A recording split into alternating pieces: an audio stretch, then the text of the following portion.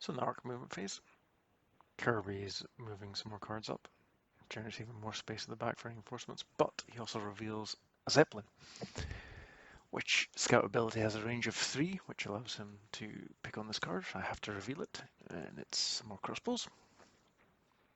I don't think he'll feel too threatened by that. So I look around the swordsman just now, seeing what's there. And he goes aggressive, using the Werven. Declares an attack on the unknown card in front of it. It's my hero card, my best card, Last Dante.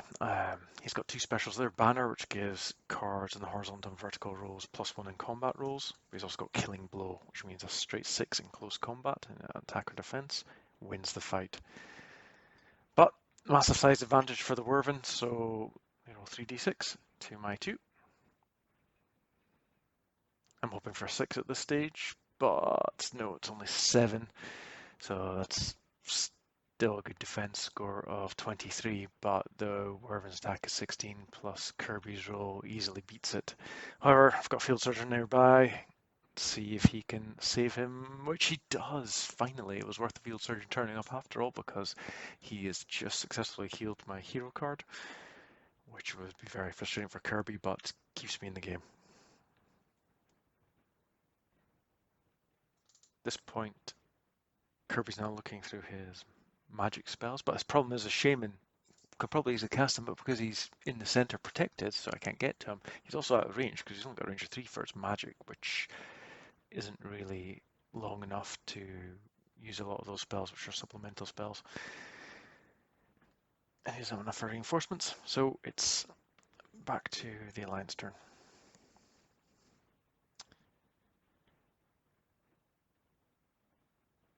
Now I look at what I can do about this Werven, because I don't like any straight on combat chance against it, so I look at the other options I've got down this flank to maybe push through this flank. Pikemen should keep those lanes sorted, halberders as well. So I decide to attack with my swordsman. The unknown card turns out to be ogres, which is regular versus elite, so also they've got a size advantage and a massive score discrepancy, so I don't think swordsmen are long for this world. I'm going to have to roll well and hope Kirby rolls spectacularly badly. Yeah, which he doesn't, and I don't either, so yep, swordsmen are easily removed from play, so that's almost, I would say it's a poor attack, but at least I've seen what's down that flank now. Swordsmen are an expendable unit. But our plan to get rid of the Wyvern is through magic. So reveal my wizard that I picked up. Within range, 1, 2, 3 of the Wyvern. I'm going to use Fireball, so I need 6 plus to cast Fireball successfully, which was a bit closer for comfort, but there we go. The Fireball is successfully cast, so the Wyvern must roll 8 plus on 2d6 plus its magic score. Its magic score is 0, so it's a straight 8 plus for the Wyvern to survive. Ooh, it's 7. So the Wyvern would be dead, but Kirby uses his last reroll dice on the 1, which gives him 9. So the Fireball is put in the discard pile. And as that is the last of the Unite the Tribes dice that Kirby had, that spell is now exhausted and placed in his discard pile as well. So still my magic phase. I decided to try and cast a Blessing. I'm going for a Blessing of Death, which is 9 required. Get 10, that's fine. Placing that in the Wyvern, that helps. It gets minus 1d6 in its next combat.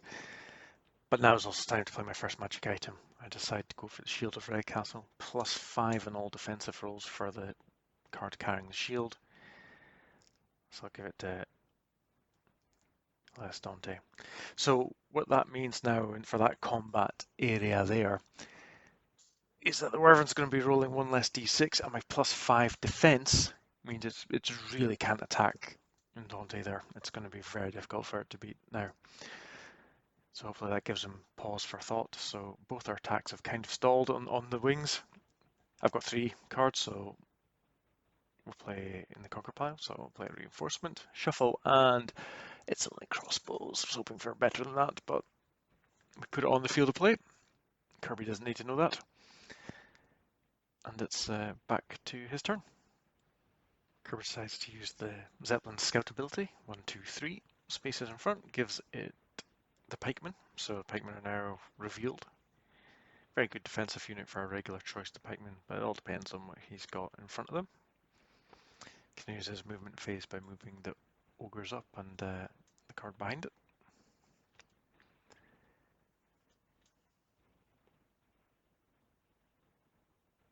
Very interestingly, the Wyvern with the Blessing of the Death on it decides to retreat.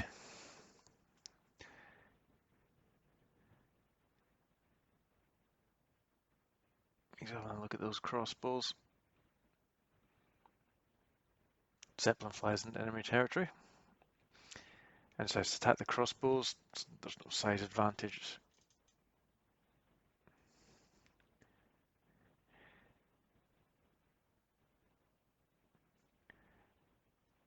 Arrow 9 gives me a defense total of 13, which beats his attack score.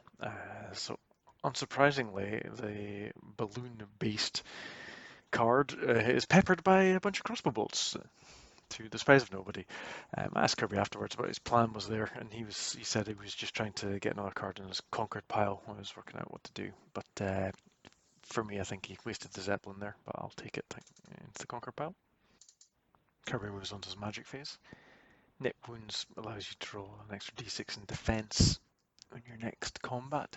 Dark Staff's in range of the ogres, so he rolls 8, which is more than enough to cast Nip Wounds.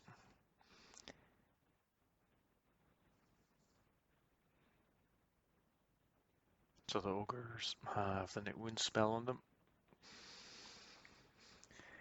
which is going to make them a lot more durable if I attack them. He cashes in his conquer pile, shuffles the deck, and it's another reinforcement for the Orcs.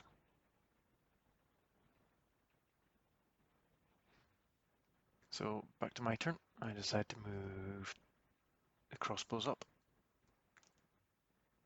Move the bounty hunter, the pit fighters across there. A bit more strength there. And then what I want to do now is start applying some pressure on this flank. So daunting my heroes going up. Swordsmen are going up support. They're not going to help much, but Kirby doesn't know that. Field Surgeon, of course, goes with them as well. He is going to stick to him like glue after saving him last time. And I think I'll probably move the wizard across there as well. So a bit of a magical and physical attack down that flank, especially with the Wyvern being wounded. But in the meantime, I decided to shoot with the crossbows, revealing that card, which is Gremlins. So the Trapper ability is nullified.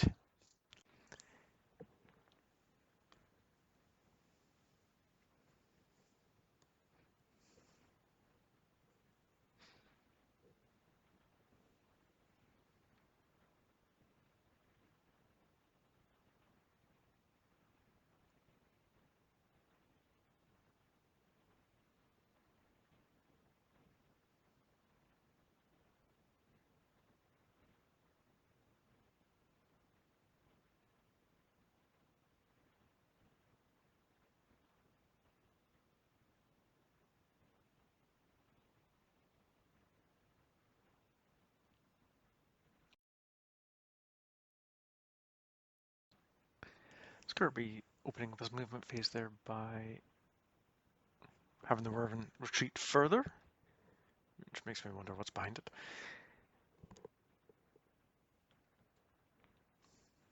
Can't say I'm too surprised, but the ogres are moving forward along with whatever supports behind them. Always moving to the side, rearranging his lines there. Which also lets Dark Staff come across. Maybe get more into the fight.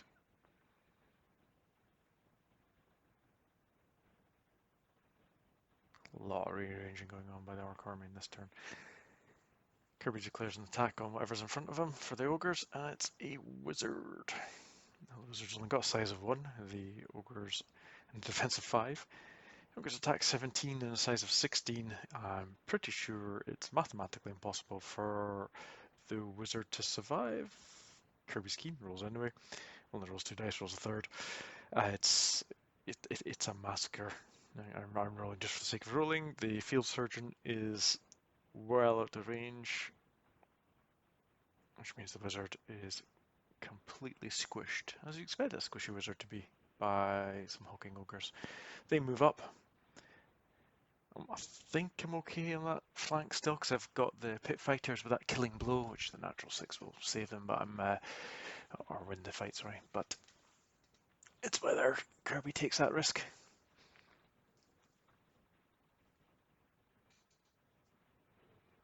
He doesn't have any reinforcements to play, so time for my turn. I start by moving my wizard across to get in range of those ogres just in case. Elias is my main attacking threat, so he's going forward along with everybody else to back him up. I think at this point I want to know what that unit next to the Wyvern is. The crossbows are going to shoot at it. It's within 3 spaces, which is their range. More boar riders. Okay, tactics, defense 11. I don't think I'm going to take them out. I would be surprised, but would be a bonus. Certainly not rolling 3, I'm not. So the boar riders survive quite easily, but at least I now know what I'm up against on that flank. Still think Elias can take them, but I decide I'm going to try and cast the Blessing of War using the priest on Elias. Give him some extra oomph. 6 is just enough, and no more. So Elias has a bit of a tank card now. He's got his +6 attack. Sorry, 1d6 in the next attack. And also the Shield of Red Castle. Have a look at my spell deck there. I decided I'm going to try and cast Healing. It's a score of 7, which gives me 19, which is enough. The casting cost is 18 for healing. That means I can now pull a card out of my opponent's conquered pile. There's only one in there. It's the wizard, the squished wizard. He has been unsquished, and he is now back in the game.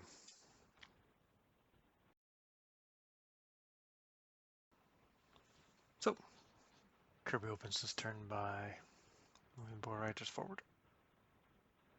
And the card behind. And declares an attack on Elias. Now, interestingly, size 1 against the size of the boar riders 8 means, and charge, means he's going to be rolling 4d6 in attack. So that's a lot. But I still have my +5 shield and defense, so it's still a gamble from Kirby, but 4 dice is a lot if it comes off. So my roll is 10, which gives me defense of 26 plus 5 is 31 in defense.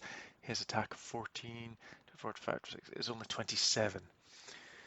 So if I didn't have my shield, he'd be boar meat by now, but he is still alive.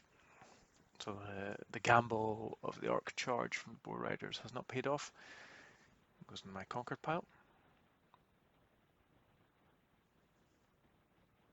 Kirby's going to try and cast Muscle Growth. 20. Dark Staff's magic of currently 14 means it's a 6 required. He's going to try and cast it on the Wyvern, which is in range. Which he does.